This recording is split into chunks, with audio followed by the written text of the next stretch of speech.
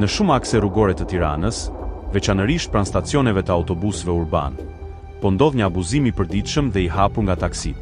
Këto mjete parkojnë pas një kriter në stacionet e dedikuara për transportin publik, duke bllokuar urbanët, të cilët, në momentin e mbërritjes për të marrë pasagjer, nuk ka më hapësirë as për të ndalur, e jo më për të hapur dyert. Ky fenomen nuk është rastësor.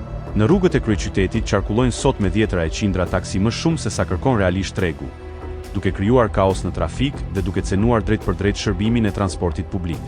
Shtimi i pakontrolluar i shërbimit të taksive në muajt e fundit ngre dyshime serioze se licencat për këtë aktivitet po lëshohen pa kritere dhe pa transparencë. Në rrugë enden taksi në çdo orë të ditës, një tregues i qartë se numri i tyre ka tejkaluar kufit e lejuar për qarkullimin urban të Tiranës. Kjo situatë le të kuptohet se licencat po shpërndahen pa mas, madje me dyshime të forta se ato sigurohen edhe me lek në dorë, duke shkelur çdo normë ligjore dhe etike. Pyetjet janë të drejtë për drejta dhe kërkojnë përgjigje urgjente. A ka kontrolle reale për shërbimin e taksive në Tiranë? A është verifikuar numri i lejuar i taksive që duhet të qarkullojnë në kryeqytet? Dhe mbi të gjitha, a ka ndonjë institucion që kontrollon mënyrën se si lëshohen licencat?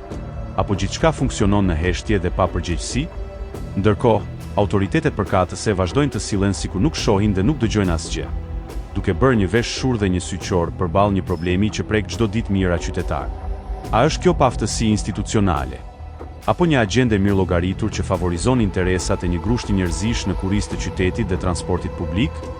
Tirana po mbytet nga kaosi, ndërsa përgjegjësit heshtin.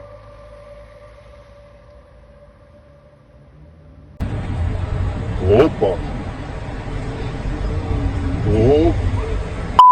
Motro, ma non si, la polizia.